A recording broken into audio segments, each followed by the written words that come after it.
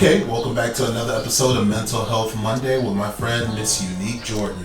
I actually say your whole name every time I talk And that's right. It's really funny. Like, why do you say the title? I was like, you don't say saying the whole thing, Miss Unique Jordan. That's fine. Yeah, it's like she's a superhero to me. So that's sweet. I go by many names. All right, so introduce yourself and let people know who you are and what it is that you do. Yes. So my name is Unique Jordan. I'm a licensed professional counselor, LPC, as some folks may see the acronym sometimes. Yeah. And I am a private practice owner of A Unique Perspective. Okay. Tell me about what it's like running your own private practice. Ooh, Jesus. It's a lot. Unbeknownst to people, I wear a lot of hats. Yeah. I'm the therapist. I'm the intake person. I'm the consult person. You know, when you're trying to figure out if you want services or not, you're speaking directly to me, which I feel like should be standard anyways. But I'm responding to inquiries on, Psychology Today. I'm doing all of the things and billing as well. Billing the nice insurance companies that people are utilizing for their services. What else do I do? Oh my Lord. As we talked about, being a content creator. Tell me about that new chapter in your life. Well, I feel like I'm true to this kind of ish now. Well, Instagram be doing stuff all the time, honey child, baby. You be killing TikTok too, though. Two platforms. Yes, two platforms. It is on and off, but you be in there. I be in there. You be swinging. Look at her swinging. Take my light. Take my garment. Yes. No, TikTok, I'm still trying to I don't know. TikTok I'll get there at some point. But a lot of people have been encouraging me to explore that. And also Pinterest is a whole new. Really? Yes. I tried Pinterest. I didn't like what it said to me, and I was like, maybe I'm good. Maybe this isn't for me. I was like, maybe it's a language barrier because there's different languages for the platforms. Yes, that is true. So content creation is a lot as well. A lot of preparation, a lot of thought processes that go in the process of doing so. I'm trying to produce content that's not like, you got to find the right balance for me as a therapist. So a lot of times I have ideas, or I'll see, different TikTok songs or whatever, and I'm like, ooh, I could do something with this. I have an idea, but I'm like, ooh, I don't want to offend anybody, because obviously, my purpose is to destigmatize and also make therapy a safe space. So, I try to not border, because it's real easy to border on the line of like something offensive or something insensitive. Or box yourself in. Right? So, I think I try to find a good balance with that. And just always thinking of new ways to get the message out to people in a way that's not as traditional. Yes. How do you balance the boundaries of who you are versus who you present yourself as? Yes. I was just having a conversation with someone about that. I think, and I've, shared with you in different interviews that I pride myself on being authentic. Yeah, and you are. You are very authentic. Okay. As someone who knows you in real life and sees you on the camera, I see it and I'm like, oh no, that's her. No, that's Unique. Yeah. Right. But it's another balance, right? That's what I guess the name of life is, you know what I'm saying? So I think with this year though, my intention was to be a little more transparent about just my story, and things that I've gone throughout my lifespan, to just connect with people, because a lot of times people see me as a therapist and it's like, oh, she's overcome this, she's overcome that. And it's like, no, I'm still in this human experience with you. Yeah. So to answer your question, I am authentic, but I think I want to take a path where, like I said, there's more transparency to say like, hey, I've been through these things. I know what you're going through, right? And this is how I have worked through those things or overcome those situations. Yeah. So that's my intention for this year, is to just rip some band-aids off and might make a couple of people upset along the way. It's bound to happen. It's bound to happen. Yeah, especially with this new journey that I'm entering with talking about inner child healing. You have been touching. Oh, yeah, I said I'm going to touch it and then I'm going to back off. You have been touching because like, when you did it at first, I was like, oh, is she really about to do it? Oh, she about to do it. Yeah. And then when you started doing it, I was like, oh, this bag can go a whole different way. A whole nother way. It fits you. It fits you. I feel like since we've met, I've always seen you try to test out different ways of how do I stand for my inner child and how much of that child do I let outside. Yeah. Like, can I stand for my inner child while not being childish? Okay. Because, you know, and what was so powerful, like my most recent one that I ripped the Band-Aid off, and I'm waiting for some people to see the post, waiting for some phone calls. Okay. But you know, this is something that's one of the niches of mine in terms of my therapeutic style. You know how they always say, find your niche and, you know, reach out to your ideal client. And inner child healing is something that I'm really, really about. And so I found myself recently dealing with a lot of things that have come up that I have thought that I worked through. But as we reach new levels in our lives, some of those things come back. They resurface. Yeah. But you know, as we say, shadow work is never too far behind. And so, like I said, with just a lot of recent emotional things that have been happening in my life, I'm like, yo, this is coming up for me. And I'm sure, again, because I see this all the time with my clients, but I'm sure there's more people. And actually, that one particular post got so many likes and some DMs as well to say like, yeah, I'm struggling with this. So okay, yeah, let's talk about shadow work. Define that for me. Okay, so shadow work essentially is synonymous to, like I said, that inner child healing, those things that are behind us that we think, but again impact us in everyday life, right? Yeah. So, you know, can you give an example? Oh, so I'll just talk about the post that I made, right? So I spoke about being a child who was emotionally abandoned by two parents. Yeah. Not just one. Not just one, baby. Yeah. Yeah. And in that post, I just want to be clear that it wasn't about bashing them. It was just, one, honoring my truth, right? The discovery of. Yeah. Because, you know, everybody got their spin, and I've been, you know, in conversations with family members and stuff like that. Everybody has their spin on how I grew up and memories that went down, and I'm like, I don't remember that. I know that didn't happen. So anyways, like I said, just being in that space of emotional abandonment caused a number of things for me, right? In terms of self-esteem issues, not valuing myself, wanting to have a connectedness, but not having that reciprocity, you know, from your parents. And that's a huge struggle, because they're our first examples of what relationships look like, what love looks like. They teach us everything. How we approach the world. How we see safety, you know, in the world, right? So anyways, like I said, that post wasn't necessarily a bash to them. Like I said, it was honoring my truth, because a lot of times in our families, and I'm waiting for those conversations to come up, like, well, why you put that on social media? But that's our problem. We don't want to talk about those things. You know what I mean? We all know what happened, but we want to continue to move on, like, you know, shit's sweet. But anyway, so like I said, it wasn't about demeaning them, but it was about honoring my truth. But also in my adulthood, I've been having more conversations with my parents and just understanding their history. And I talk a lot about just generational trauma, right? And in my recent discoveries, like talking to my grandmother and how she was communicating how her mother, my great grandmother, didn't have the tools. And, you know, my grandmother recently shared with me, she was like, I don't know how I parented because I didn't know what I was doing. You know, we find that quite a bit. Right.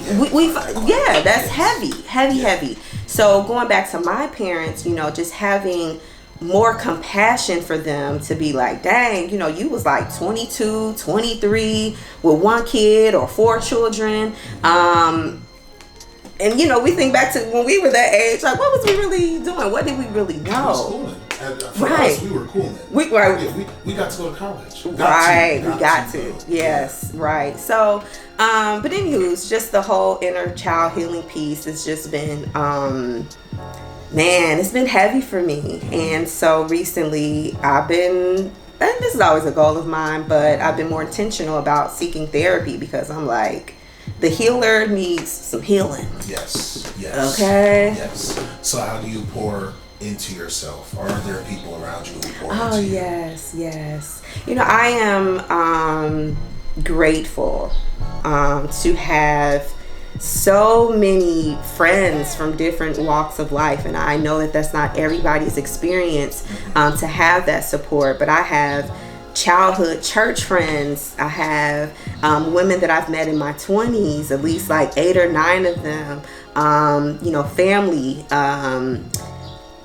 all types of folks, old colleagues, and you know what I mean, so many people that pour into me at different stages, different moments, whether it's a, hey UJ, I see you out here doing your thing, I love to see it, you know, or having those conversations, you know, more in depth, checking in on me. So yeah, that's so interesting, you know, where I felt like I lacked so much love from my parents, I received it in abundance outside of that space. So like I said, I'm grateful. Would you say you built that for yourself? Yeah, you know, I would say both, you know what I mean? I've been a recipient and also a participant in you know, building and maintaining these relationships. Tell me yeah, because you know, everybody got a role in a relationship, you know what I mean? So like I said, there may have been times where I may not have been the best friend on the planet. Like I referenced my group of friends from my 20s, they'll tell me things now that I said like in the beginnings of our relationship, and I'm like, I said that? Just wild stuff. Just wildness. And that discovery is a lot. Yes. Yeah, and I'm like, dang, homie, you still cool with me? Okay. You still chose me. You still chose me. Okay. So that's what I said. You know, I'm a recipient of, you know, unconditional love, but also being able to recognize like where my flaws are, where I need to pour into somebody else. So it's, you know, a two-way street essentially. So like I said, my participation, their participation maintains that relationship. Okay. How significant is self-correction? Oh yeah. Accountability. You know, because we're not perfect beings. And we all define accountability differently. Oh yes. Yeah. Yes we do. Yeah.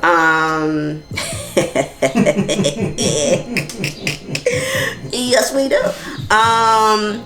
Like, I'm sorry, a whole bunch of thoughts are just going through my head, but you know, we all do define accountability different. And like I said, using that reference of friends sharing with me like, yeah girl, you said this wild, you said that wild, and you know, accountability or self-correction for me is like, you know, my bad homie, you know what I mean? Like I thought, and I made a post about this one time too, I've always prided myself in being I prided myself in, it was my personality to just say what was on my mind.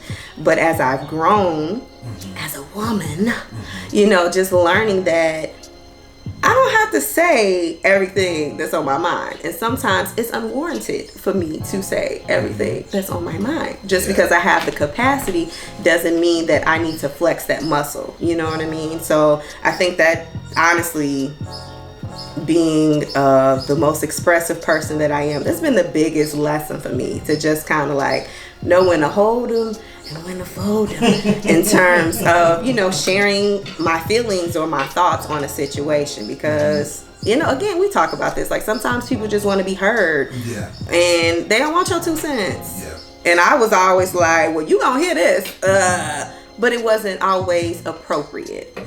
So self-correction, going back to the original question, self-correction is important. It's important for, you to apologize for those things. I think it also matures you in a way as well, because it's like, if I'm not recognizing any errors of mine, and we're making errors all the time, I feel as though it keeps us in a stagnant place. We're always supposed to be growing. So there are going to be some things that I need to self-correct, right? So, yeah, honey. It's a journey. It's a journey. Because we don't always get it right. Yeah, we're not supposed to get it right. Right. And I think that's okay. And you may have, and that's the part too I'm thinking, like, you may have like the best intentions, and that's the part too that I think is human beings, we can be more better at in stating our intentions, and if they're unclear, if we're again on the recipient end, asking the person what their intentions are, because sometimes we misinterpret so much. Language and thought processes too, because we personalize. We do. Would you say for the healing experience, it's important to acknowledge that along the journey, you don't need the other party to be involved in your discovery or your healing? Oh no, honey. Because like I said, even when it comes to this inner child work that I'm doing, like I said, I know I'm gonna get the calls. Like, why they're coming. They coming. They gonna come. Why you say this? Why you say that? Or I'm not gonna talk to you because of what you said. And has it been that way for you in this experience so far? This is just the beginning. Okay. So right now you just at the shore looking at the water. Yeah, this is only the beginning, because there is so much to explore, and it's just so crazy how I think maybe I've shared this with you before. I used to journal a lot. I remember we talked about that. Yes. At our first sit down. Okay. Which to me, I still have the footage from that. Oh yeah. And I think about putting that out. I'm like, I'll do something special for my YouTube. Okay. Yeah. Because I need folks to see that, like, before I do these sit downs with people I care about, who I actually know, there's a lot of background work that we do in terms of conversations and who the people are. Yes. So. Yes. Yeah. So even, like I said, when it comes to my journaling, and I've been saying to myself, and probably when I start this therapy process, is going back into those entries. But when I say I journal from like 4th grade all the way up until I had my kid at 30. So there's I got a bunch of receipts, okay, of things that have happened to me. And like I said, so interesting, our brain does funky things to suppress these memories, and like I said, it wasn't until recent when all of the stuff just started like hitting, like, dang girl, like you went through a whole bunch of stuff. The brain's working overtime. The brain is said, okay, now we trying to get to the end goal. We don't need to talk about this, we don't need to think about that, just keep pushing to the side. But this whole time I've been thinking that again, I've work through those things because of where I am now, but it's still okay to hold space for those hurtful and or whatever moment that it was. But yeah, so when it comes to other people, a part of my healing, like I said, there's gonna be folks that's like, no, that's not true, such and such, and it's not about you, this is about me. So I don't need your participation in terms of support is cool, amazing, thank you. But it's not a prerequisite in terms of me getting the healing that I need. Yeah. What would you say the value is in coming from Chicago? Oh, Chicago. Oh, my city. Chi-town girl. Chicago. Oh man. It's interesting because I had like I had so many experiences. I was fortunate enough to be primarily raised by my grandmother, who, again, like I said, she made it, you know what I mean? She really, really set the tone for us, because we're from the projects in real life. So, you know what I mean? Like, we got that history, but my grandmother really, really set the tone for us to be like, you can do it different. So she became the social worker. She went back to school in her 30s. Which was not easy at that time. Okay. Yeah. Okay. So, you know, she really, really applied herself. So I was able to be raised in a neighborhood that was middle class. Okay. But I still had the, you know, my mother's influence as well. You know, my mom is from the west side of Chicago. Yeah. So I grew up on the south side, but my mom, you know, she a little hood. So, you know, I spent a good chunk of my life spent with my grandmother, but then I was also raised by my mom, you know, so she at some point uprooted us from that middle class area, you know what I mean? And we navigated different parts of the hood. Yeah. So, you know, I was able to, and what was interesting though, I was still able to have a home base with my high school that remains in that middle class area.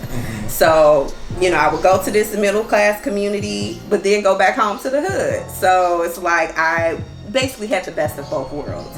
And so I joke with most folks and call myself Hollywood because I mean essentially, you know, I understood, well, let me say this, the middle class experience gave me some hope, right, in terms of like, wow, I'm seeing all these people move and shake in this way and wearing all these name brand clothes, and I didn't have those name brand clothes, okay? Listen, but you know, it gave me, like I said, that glimpse, that exposure to something different. But then, you know, going back home to the hood, it was like, okay, I understand the grind. I understand, you know, the survival mode. I understand, you know what I mean? Like, you just doing what you got to do to get by. And it's necessary. And it's necessary, right? Because it was just so interesting to me how, okay, so my high school was like, all you had to do was take one bus to get to downtown Chicago, which is beautiful. Have you been to Chicago before?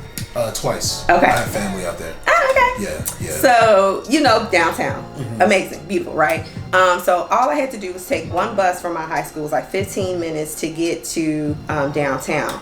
But what's so interesting enough is that this one bus, which was called the number 6, it would take you from downtown, but then would also travel all the way back to the south. Oh, okay. So it was a one-stop shop. Right? But what was crazy was that people who was like in the inner south, some of them never had been to downtown Chicago.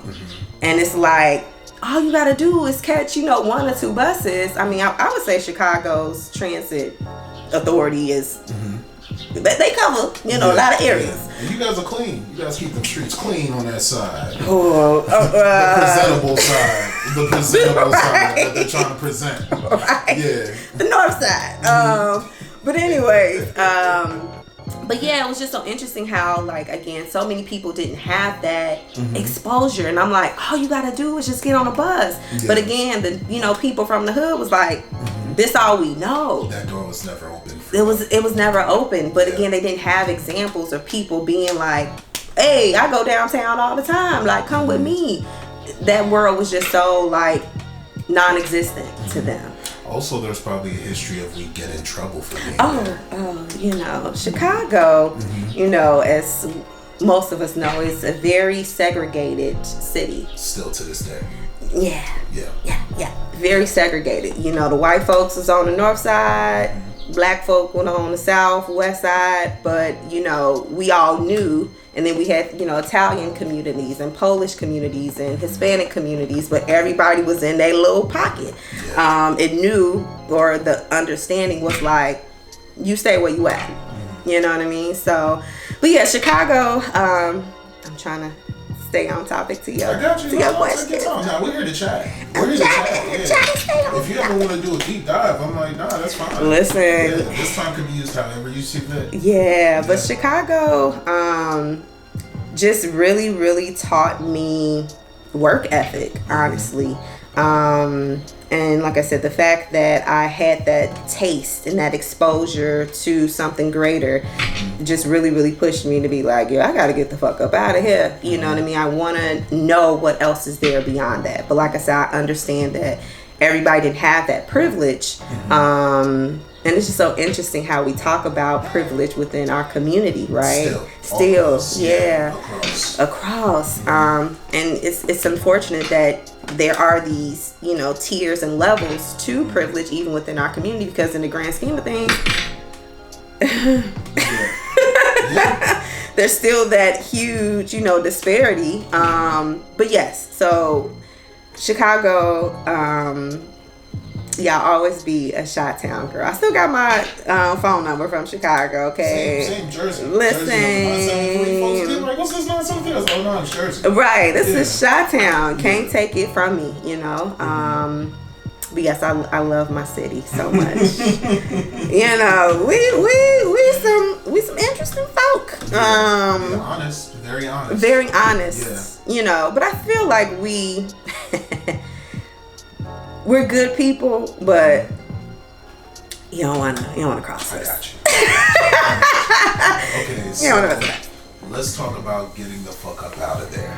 Yes. So prior to you starting your private practice, at the height of the pandemic, you noticed a lot of things. Yes. That made your transition very easy and sweet. Not as bitter as people would think. So tell me about that experience. Okay, we talking about work. We going back there? It's on you. Okay, because that was the height of the panini. Yeah. And it was the height of you guys as a community should have been supporting folks on your side. Yes. Yeah. And you found the value. Or, correction, you created the value. I created the value. Yeah. That's right. Man.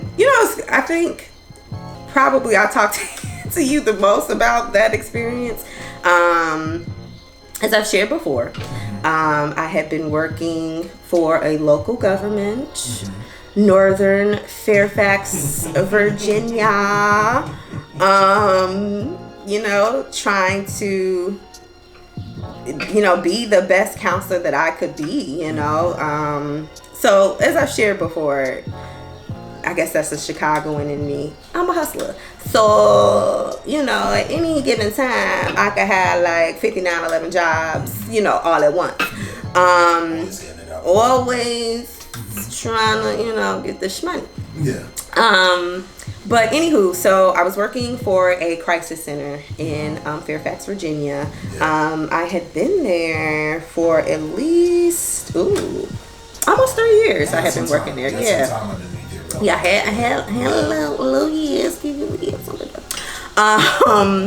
And as I shared with you before, I was always a neutral party at my job. I feel like in most spaces, I'm just like, hey, I'm here to do what you tell me to do. I keep my head down, but I do what I gotta do, and I'm gonna head out. I mean, being black, we're taught to keep our head down in certain spaces too. Okay. So there's not really a lie there. Yes. Even the best of us. Yes, even the best of us. Even the best of us. But yeah, I think the head down piece was more so because I was doing other tasks for my other jobs while at work. Working whilst at work. So I have time to really get into whatever. You know how it's always drama at work. That just never. There's always something. But anywho, so as I shared with you before, working at this space, it was 12.5 hours. Okay, so that's a lot of time. Yeah, that's way outside the 40. That's a lot of time. Well, we only worked 3 days. Yeah. So that was the perk of it. Okay, so we worked 3 days. Was it 3 days or 4 days? Child, you do the math. But we didn't work the typical 5 days a week, probably 3. I think it was 3. So we would either work 7 a to 7:30 p. Or 7 p to 7:30 a.m. Yeah. So much. Especially those overnight shifts. Oh my gosh, when you're freaking losing your mind and you're delirious. As they're coming in losing their mind. Yeah, right. But most times at night, people were sleeping. I mean, we had to deal with little things here and there in terms of like managing our clients, but most time they would sleep. So what I'm saying is that you spend a lot of time with your colleagues, okay? And in those delirium hours, you just saying all types of just wild stuff. So anyways, we had that culture about us where we would just talk about anything, everything, whatever. Given that we spend so much time together. So, by design. By design. Yeah. But anywho, so we had so many killings. Just 2020. This is 2020. So it was back to back to back to back to back. And I'm coming to work, and we would have kind of like mini staffings each shift, right? So we would talk about just regular administrative stuff. We'll talk about clients in terms of like treatment and treatment plans and stuff like that. But I think I still have video footage of just like my angst during that time. But one morning I just said, oh, so no one's talking about this now. I think even prior to that day, I was asking my other colleagues, black colleagues, like, have they brought this up? Yeah. Has it been talked about? No? Oh, okay. Cool. Yes. So I came in one morning. I let the, agenda roll out as it did, as usual, in our meetings. And I said, and I'm a very expressive person in my face, and I said, we gonna start this. I find it interesting that no one has spoken about these things. And so it was quiet then. But what's so funny? I think the director, she knew when I came in that morning, just probably like my demeanor, she knew. She saw the chip on your shoulder. She was like, oh, something's up with her, but she ain't really know. So this is, a white. Because most of our supervisors, as in most spaces, if not many spaces, are white, in terms of upper management. So basically, I just set it off. And I said, this is very negligent. This does not show any cultural competency, as you guys, pride yourself on in this discipline. Again, these are all licensed, degreed professionals. It's not like, I'm yelling at the chef for not bringing up these kinds of things. It's like, no, you guys are master level people. Yeah, okay. You have to code switch in the presentation. It's a presentation even in the hottest hours. Oh, well, nah, it wasn't code switching that day. Shit, we set it off today. Yeah. So, from there, it just, sparked an interest from my upper management to basically do some damage control, right? So it's like, okay, well, let's start a support group. Can you spearhead this support group? Oh yeah, honey. The damage is there to be controlled. The fact that they hadn't said anything, right? So they're like, okay, well, what do you guys need? You know what I mean, as black clinicians, and it wasn't necessarily it was about me being a black clinician, and that you guys were not tapped into who you don't see me. You know what I mean? Like when you see these killings, you do not see me, and they are me. You know what I mean? So it wasn't just about us as black clinicians that wasn't receiving the support. I was like, but how do you treat the clients that are black and come into these spaces? And it was just such an interesting time because the clients would, commingle together. They would watch TV and all of the news coverage about George Floyd. And then they would get remarks from other like white clients. Oh, I can't breathe. It was a lot of nastiness. So again, if you're not addressing this on a professional to professional level, how are you going to then address it on the floor?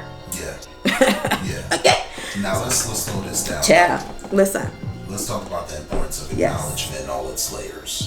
So when us as black folks say there needs to be acknowledgement on something, let's walk through that process of what we actually expect versus what we're actually given. Take your time. I feel like you'd be great for that because this is the work that you do when it comes to boundaries. Of the lace. I'll speak for myself because I feel like each black clinician may have wanted something different. And that's important to acknowledge. Yes. So, and that's the part too.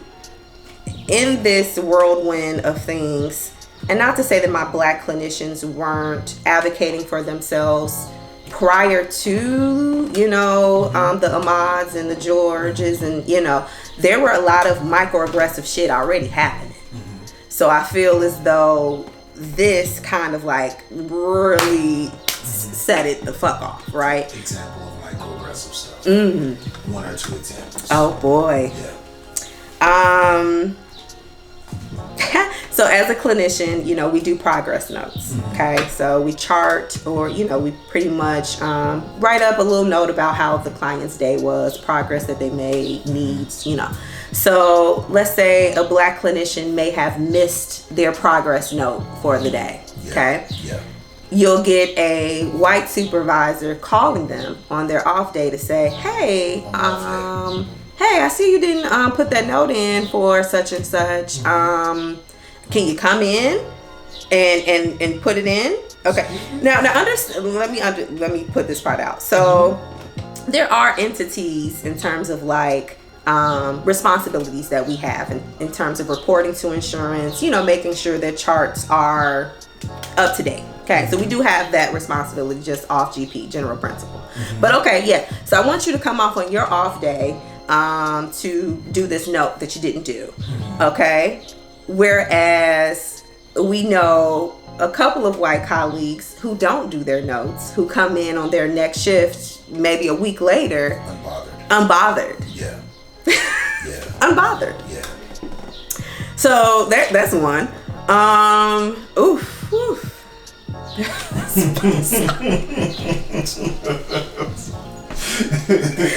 It's been so many, I'm just thinking of different phone calls that's just kind of all rushing to me. Different phone calls of just hearing my, Black colleagues so upset. Like, when I complain about this, I need to have all my proof lined up.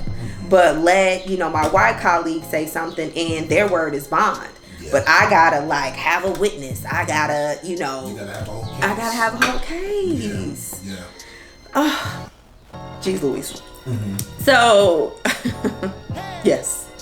So like I said, it was already that kind of culture already in the mix. And this goes back to we have to be 2 times better than yes. We always gotta, be on point. Yeah, even to prove ordinary things. Even to prove just simple, basic stuff. Yeah. Oh man.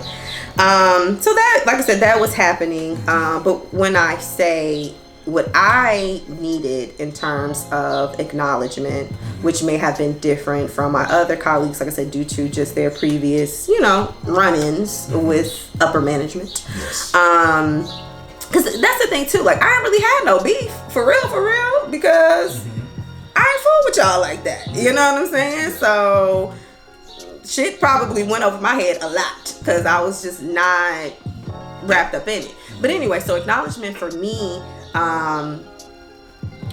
was, can we say, hey, we know that this is happening?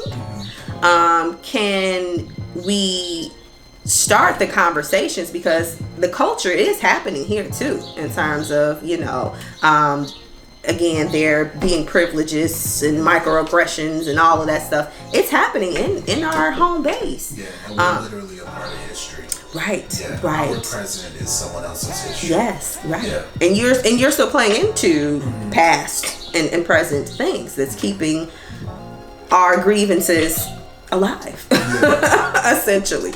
So for me, like I said, I just wanted you to say, 1, we know this is happening.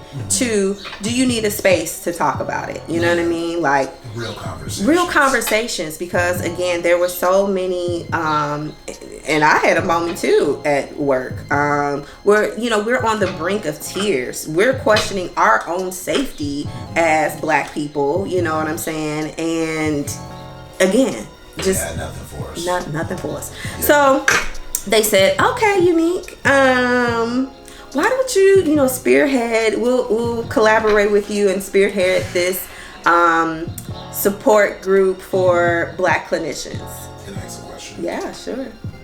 Is it hard when you ask for acknowledgement and it gets turned into to an assignment? Yeah.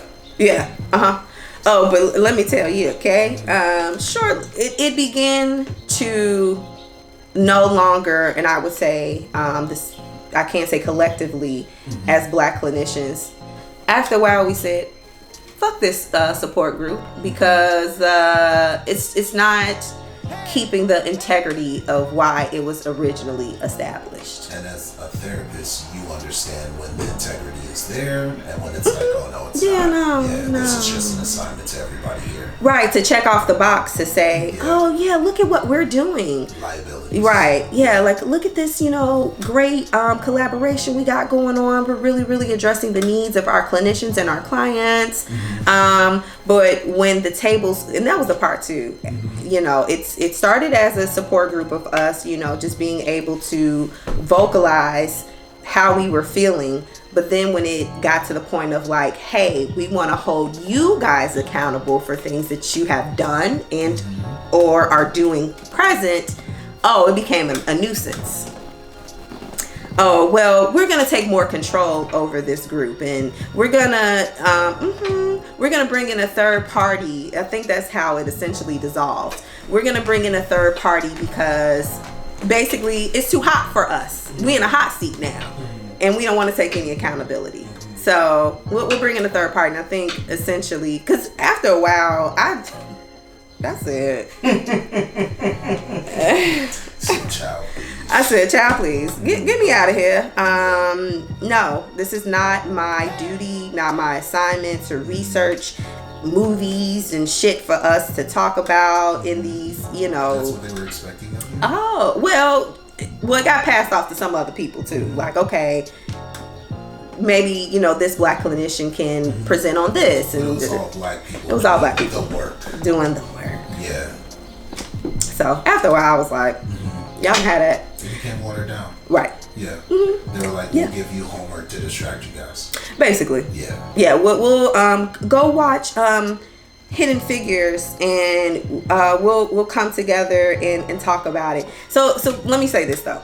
So it went from the Black clinicians support group, and then because we said, hey, no, this needs to be opened up to all of the clinicians here. This needs to be more honest. Right. Yeah. And so when it came into the group, the larger group, or I guess collectively, as a department or unit, I wouldn't say department, but just like the whole crew, you know what I mean? White, Black, Hispanic, a lot of people.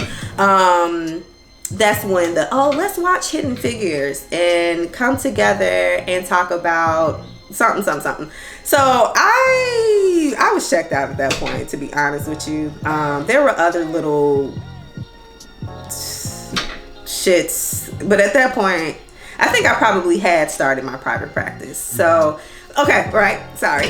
No, you're fine. That's what honesty is supposed to be, because it's your story. Yes. So like for example, I had a moment a week ago. Bubba Wallace, they had like a documentary about what he went through as a race car driver, right, during the pandemic, and he was talking about how these deaths have affected him. And for me, that was fascinating because I didn't think about what being a Black star in a predominantly white sport and industry was like for him growing up. And then there was this one moment that they had used sound and footage from the protest, and I was triggered. Ooh. I had to stop the documentary because remember, I was in it in 2020, and there's a separation that I acknowledge of. I was in it, and after I left. Right.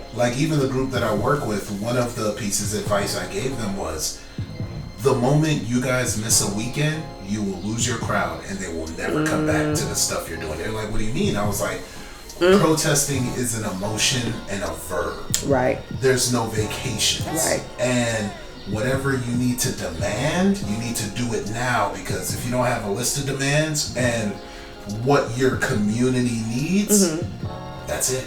I was like, just understand, people are going to see you guys stop and see the other groups continue going, and they're going to say, oh, you guys were just visiting. And if you guys don't pick back up that torch or that same energy after, I was like, just hang it up.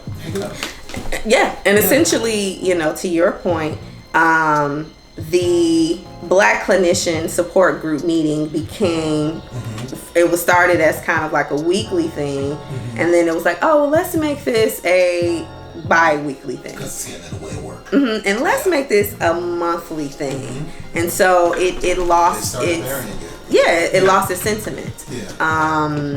Yeah, but like I said, there's tons that, like I said, I've yet to process, because it's like when I left that space. As you should. Yeah, I was like, and you do have to give yourself permission to leave that space. Oh yeah. So let's talk about the value of permission. Yes. So, private practice was always something kind of like in the back of my head, even before 2020. I just didn't have the words. No, I didn't have the words. I just didn't pursue it. Basically, you know what I mean? I was caught up in other jobs and stuff like that. I mean, you were working while working. Oh, I was working whilst working. So basically, yeah, in 2020, I said, bet, fuck y'all.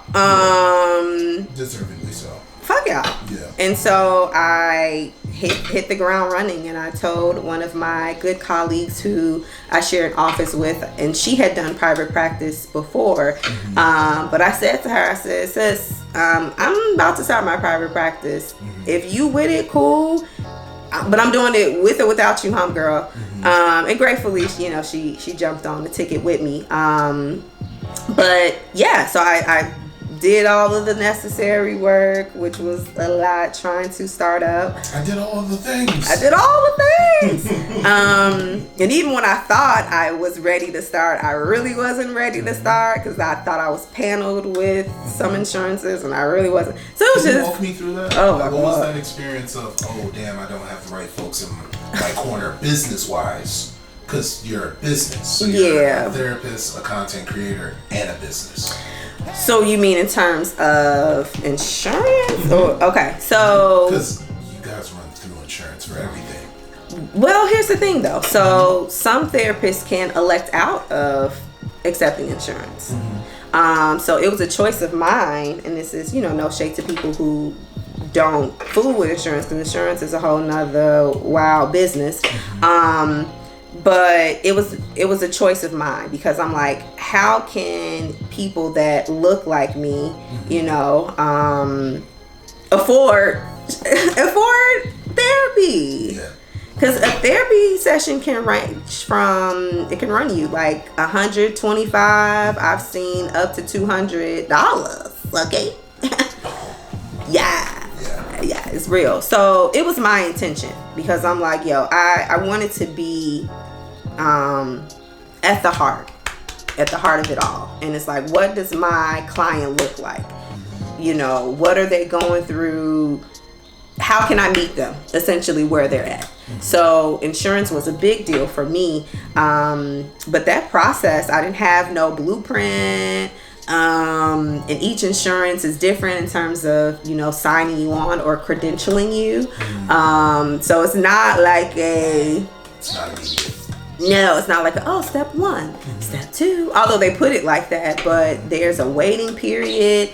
I would say for me to be paneled and or credentialed, so that means that I've done all the necessary paperwork, they've checked, cross-referenced me and all that stuff, basically verified me as a clinician.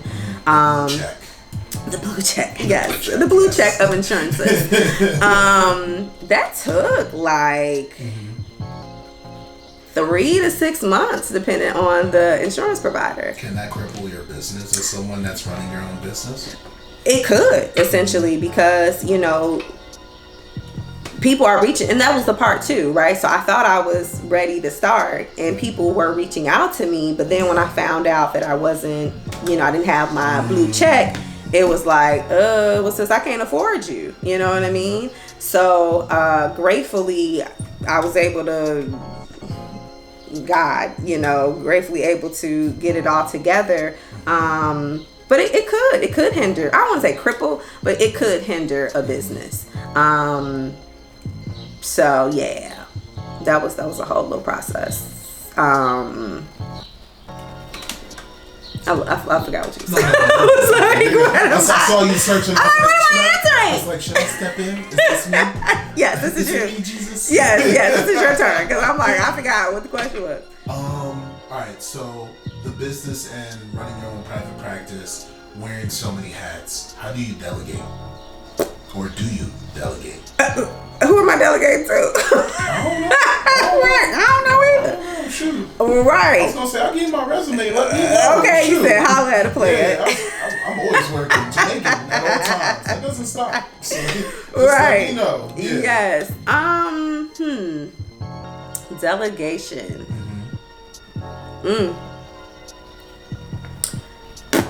That right. Bloop. That's not in existence now. However, this year I said, okay, you want to build as a business owner and a brand. Yeah. So as I was sharing with you, I'm currently in a mentorship of building my group practice. Yeah. And so, the idea is to bring on more Black clinicians. This is going to be all brown, beautiful people. Just continuing the mission of creating safe spaces for Black folks. So basically, me times 3. Yes. But not necessarily, me per se, but just like, again, the heartbeat of a unique perspective. Which is your business. Which is my business. Yes. Shout out to the business. We always Shout out to the business. AUP. I'm so proud of just this. I'm coming up on my 2nd year of being in business. Successful year. Second successful year. Yes, second successful year. And I just want to expand that.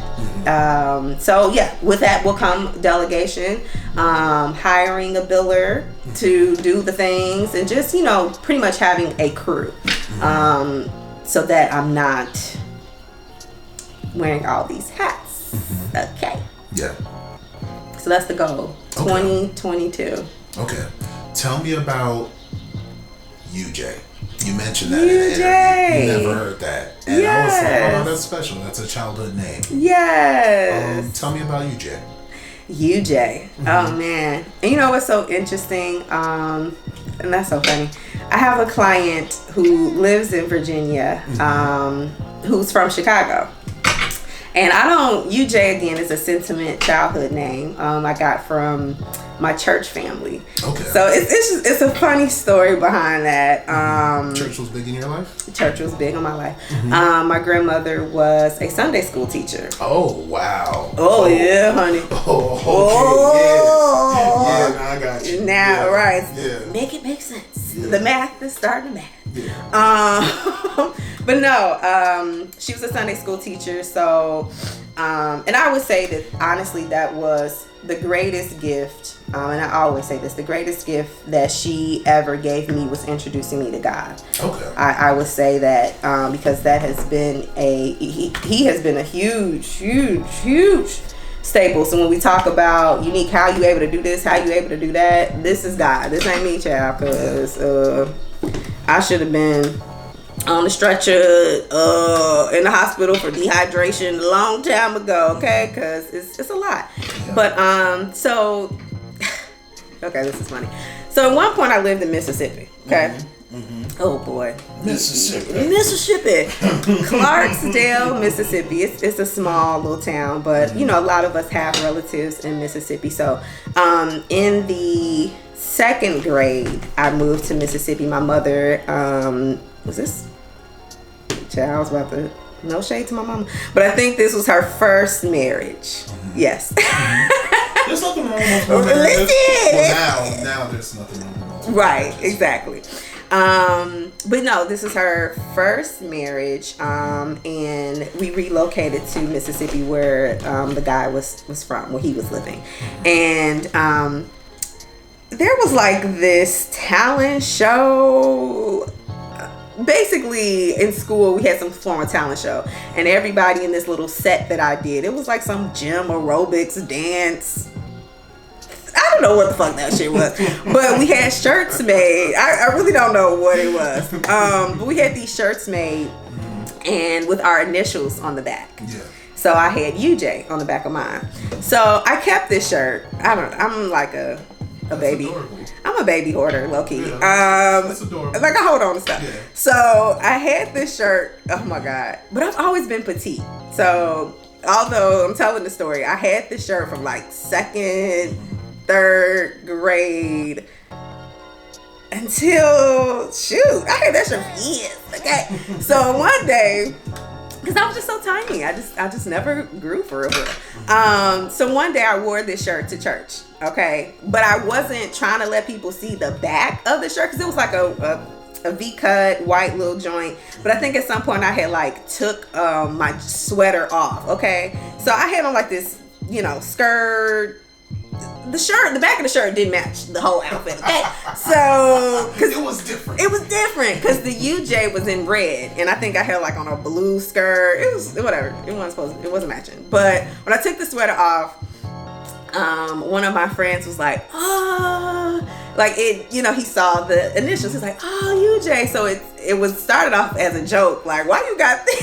Why you got this on that church, girl?" Yeah. But then it grew into what people at church called me. So anyways, fast forward to recent years, or just my private practice. I was telling you, so I have a client that's from Chicago. Actually, I have 2 clients that's from Chicago. That's interesting. And out of the blue, he just called me UJ. And yeah, so that's he still calls me UJ. And I didn't correct him because, in my therapy sessions and just me as a clinician, and I tell folks all the time, like, do not put me on any pedestals, shawty, okay? Yeah. I'm in this human experience with you. I could be on that mess just like you was on that mess tomorrow. Yeah. I might need you to bail me out of jail a couple of months from now. So, I'm not remiss from life. So I don't like to, be put on this pedestal like, oh. And some people call me doctor. I don't even have my doctorate. So I'll be like, okay. Just predicting the future. That's all. Maybe. I mean, if you want access to it, they're already speaking on it. That's all. Listen, once I get on my little Oprah level and get my honorary doctorate somewhere, cool. But y'all ain't gonna catch me back in school now. So yes, UJ. Who is UJ? UJ is again that young girl from the South Side, curious, into her friends. Curious about her friends and the families and the lives that they live. UJ is your home girl, right? Sweet, sassy, and like I said, inquisitive. So yes, UJ is a very sentimental name. Like only a small group of people call me that. Yes.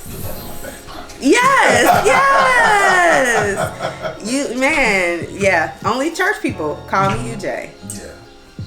But I got a whole bunch of names, okay? Mm-hmm. I got Unique, I got Uniqua, I have Uniqueness. You know how I do. You know how I go. Like when Facebook first came out, I put my name on Facebook as Uniqueness. Mm-hmm. And you know how sometimes like people who know you sometimes like adopt your Facebook or Instagram name as your name. So some people do call me Uniqueness, and I'm like, but you know my real name though, right? Like we know each other, but we know each other. Know what it is. But whatever, and I transferred that into my Instagram profile as well. So like when you said earlier, like about the transparency and authenticity of pouring unique into a unique perspective Instagram content creator, I was just telling one of my clients, like, listen, I do have a private page, okay, in these streets, because I want to be ratchet sometimes. So uniqueness is don't be trying to find me in these streets, but uniqueness is my other Instagram page. So, but I, keep some boundaries. Mm-hmm. Church and state. Church and state, yeah. Because I want to turn up out. Yeah. But, you should be able to. I deserve it. You just put together a collective of storyboards. Did I? Yeah. Yeah, the whole run. It was great. I didn't get to be there because I was busy that day, but it was great. What you talking about? What I do? The event that you put together.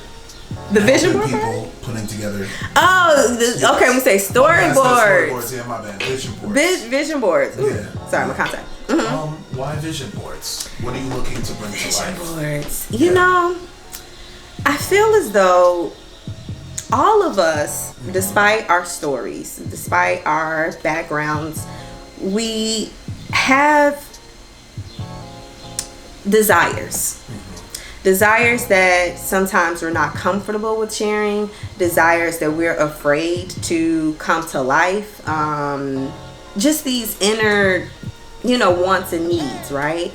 And so for the vision board party, I wanted people to put that out, right? To see it on paper. Some people did digital vision boards, just being creative in different platforms. But I wanted people to see it. You know what I mean? One, to acknowledge that I want these things. You know what I'm saying? And to actually see it. And with the vision board party, and I created a workbook in conjunction with it. But, how can we actualize the things that you want? Because it is attainable. And so even in my practice, I'm like, yes, you can be that person that you always wanted to be, right? So despite the fear of failure, despite the imposter syndrome, despite, rejection that you've received, like, go after those stuff, after those things, because again, you deserve it. So with the vision board party, again, this was my first one. I wanted it to be in person, but listen, the pandemic. Amarion was he was outside. Okay, right. He's still outside, but it was surging at that point, and so it became a virtual event. But it was small, and even I'm just having a transparency moment. It was small, and as I was going through the process of getting ticket sales and advertising for it, there was a part of me that was like discouraged. I was like, I know that this is like a dope thing to do. You know what I mean? And like I said, although the participants didn't know they knew about the workbook, but they didn't see the workbook. But I just knew that there was just like so much with this event that is amazing. But I'm like, yo, only like 10 people have bought a ticket, and most of these people are like my friends, So there was a moment where I had to say, Unique, and I shared this with you, I had to say, Unique is not about like the quantity, it's about the impact that you're gonna have, right? And so I had to have a little moment with myself, because I was like, when nobody want to come to this. Those moments are important. Yes. Yes. Yeah. And so when you talk about that photo shoot I did at the Black Hair Experience, the post was about trusting your dopeness. Yeah. And like I said, I went to the Black Hair Experience after the event to kind of, celebrate. And plus I had family and friends in town. Mm-hmm. But that whole event was amazing. And what's interesting enough is that actually a couple of my clients came to this vision board party, and I didn't advertise it so much to my clients, and I told them, I was like, because I'm gonna be talking about a lot of things that we talk about in session, so I don't want you to pay a ticket and then come to it and be like, girl, I got this already. Girl, I got this. I paid this for what we talk about a lot. So, but the blessings came, like I said, at least I want to say 4 or 5 of my clients came and said that they got something from it. And so essentially, from the vision board party, we're building a community, right? Because I was like, I don't want this to be like a one-stop shop, because throughout the year there are so many things that get in our way. And although I've outlined that in the workbook and provided folks with tools on how to overcome that stuff, but we still need conversations. So I'm actually circling back around to the people to say, okay, we had our vision board party, hip hip hooray, but let's do a check-in, right? Mm-hmm. And is there a topic that you guys want me to cover that you're struggling with right now at the beginning of the second quarter? Yeah. So quarterly, I want us to come together to be like, all right, let's check in with one another, right? Is there additional support that you need? Because again, we start off so strong, and or not in the beginning of the year. Like some people pick up wind, as you know, we've been talking about in the springtime, coming out of seasonal depression. So it's like, okay, now you outside, you know what I mean? So it's just so many different, things that happen to us and to our goals throughout the year. So I just want to, like I said, continue to have the conversation. So my hope is like in the next month or so, we can come back together and keep the good times. Yes. Did you know writing things down raises your chances of accomplishing that thing by 75%? Oh, yeah. I'm a believer of it. Like, I love me a good planner, and I tell all my clients, like, get you a planner, please. Not only does it, seeing it raises the awareness, but a lot of times we don't give ourselves acknowledgement for the things that we're doing. So, I tell my clients, like, hey, write down a little to-do list in this planner. Write down things that you need to get accomplished for Monday, Tuesday, Wednesday, blah, blah, blah, blah. But I also want you to go back at the end of the week and see, like, what have I done? Because a lot of times we're like, oh, I didn't do shit this week. You know what I mean? What I've been doing? Nothing. But again, that writing it down and checking it off lets brain know, let yourself know that I did something. We doing this, right? Not that I'm trying, I'm doing. So, there's so much weight in writing things down. Because we got so much going on. I could be thinking about in this interview with you, and 11 other thoughts are swirling in my brain in terms of what I have to do. So it's a lot of distractions going on, but writing it down and coming back to it. Yes, very important. It's very important. Yeah. Now, I have 2 more questions for you before we wrap this. Oh, okay. Because we're at your time right now. Ah, okay, really? But you did a great job. So I'm just like, hey, this is great. Okay. You are talented in both individual sessions as a therapist and group sessions. Why do both? I think that let me talk about the healing in both. Okay.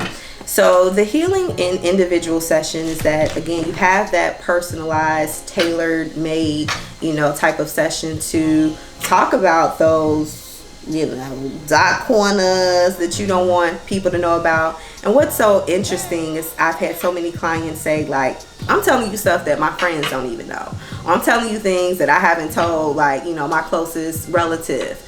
So it gives you that personalized, private, tailored space to do your healing, right? But there's so much power in group healing, and a lot of folks be like, I don't know them, you know what I mean? Like, I don't want to be telling my business to not just, if they're initially just introduced to me, me being a stranger, and then these other however many strangers that you have. But there is just, again, so much impact in sharing your story, because a lot of times we think that our experience, then we're the only person on the planet going through this, right? And although your experiences are unique, but there are people that are going through similar situations. It may not be, again, a duplicate of yours, but there are, again, connections that can be made through other people and sharing theirs. And, I have this quote that I made about, owning your story versus allowing your story to own you. And I think that when we're in these group settings and we're sharing our story, it neutralizes the sensitization that sometimes we can have with our experiences, right? But also, like I said, hearing of other people sharing their stories, we're inspired by that. Like, dang, you did what? So, I know if you overcame that, then let me take a look at how I can maneuver and navigate in my experience, right? So not to say that your hurt is more hurtful than mine, or my pain is deeper than your pain, but it's just kind of like, wow, I see the resilience and I see you as an individual, and how can I I see you and I see myself in you, and you see yourself in me. And again, how can I bridge the gap in my personal life, but also create this sense of community? Yeah, because even in the boundaries group that I had last year, so many friendships were built from that. They're still, like, I have 2 clients that they're still friends. One of them is going to the other person's wedding this year. Yeah. So they extended it beyond, the group setting and built this lifelong friendship. So, and I think, as us folk, we need more of that community, you know what I mean? That wraparound support to get through this stuff. Because, we be trying to strap it all on our back and do it, on our own. But there are people, and I understand that there can be difficulties with finding those folks, right? So I'm not saying that, your tribe is going to arrive at your doorstep tomorrow, you know what I mean? Like, but there is a tribe out there for you. So, like I said, if not anything, group therapy is a big community. Yeah, and I love to see that transformation. That's actually one of the parts that I do miss about my old job, because I was able to do groups was in the rotation. That you was gonna do a group in your shift, okay? So I do miss seeing that impact on a regular basis. But there's a lot of healing and transformation that comes from it. How important are the people around you for the work that you do? Oh, I need them niggas. I need them, man, because I'm one of the strong friends, people come to me to, get that sounding ear, to get that support. But I love when my friends are like, hey, Unique, you good over there, friend? Slow down, friend. Right. Did you drink your water today, friend? Or, just whatever kind of check-in that it is. So they're so necessary to me because, sometimes I need that space too. You know what I mean? To be like, let me tell you what such and such did. I need a venting space as well. So they're necessary to me, and I'm, like I said, so grateful to have, really, as I look at it, like I said, from my church friends, from being with me from 9 years of age to, I'll be 37 this year. It's a good age. It's a good age on you. Yes. Listen, people think I'm in my 20s. Yeah. Okay. Yeah, first time I met you, I was like, Yes. So I need them. And I wouldn't be who I am today if, like I said, if it wasn't for them, if it wasn't that support, if it wasn't that accountability, if it wasn't for their presence. So. Okay. Where can the people find you? Where can the people find me? They can find me on Instagram at @a_unique_perspective. I think there's another underscore there. 3 underscores for AUP. But that's where I primarily am. But yeah, we didn't chat about how this free content. There's more interviews in the future. He said, don't worry about it. Yeah, a good combo. We covered it all. Combo. Yeah, yes. I'm not spinning the block. There's like other years to do this. So much. Yeah, I'm not worried. Don't stress yourself. Yeah, any new idea I have, you're going to be at the table. Okay. Literally, you're going to be at the table at some point. Yeah. Yeah, but catch me on Instagram. Okay. And what's one tidbit or piece of advice you would want someone to hear after this interview? After this interview. One important takeaway. Oh, man.